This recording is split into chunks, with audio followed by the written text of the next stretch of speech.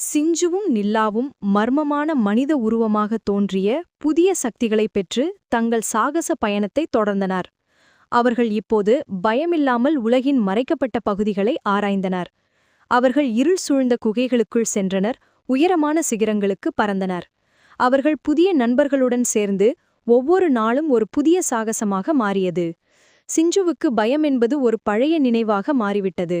அவளும் நில்லாவும் சேர்ந்து வாழ்ந்த சாகச வாழ்க்கை அவர்களுக்குள் இருந்த தைரியத்தையும் அன்பையும் இன்னும் ஆழமாக்கியது. பழத்தை சுவைத்தவுடன் சிஞ்சுவும் நில்லாவும் ஒரு விசித்திரமான உணர்வை பெற்றனர். அவர்களது உடலில் இருந்து ஒருவித ஒளி வீசத் தொடங்கியது. இது மாயாஜாலம் போல இருக்கிறது. இந்த பழங்கள் நமக்கு ஏதோ ஒரு சிறப்பு சக்தியை கொடுத்திருக்கின்றன.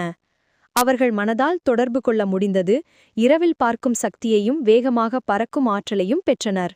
நீதி, தைரியம், அன்பு மற்றும் புதிய திறமைகளை நாம் கண்டறியும்போது நமது சாகசங்கள் மேலும் ஆழமாகின்றன.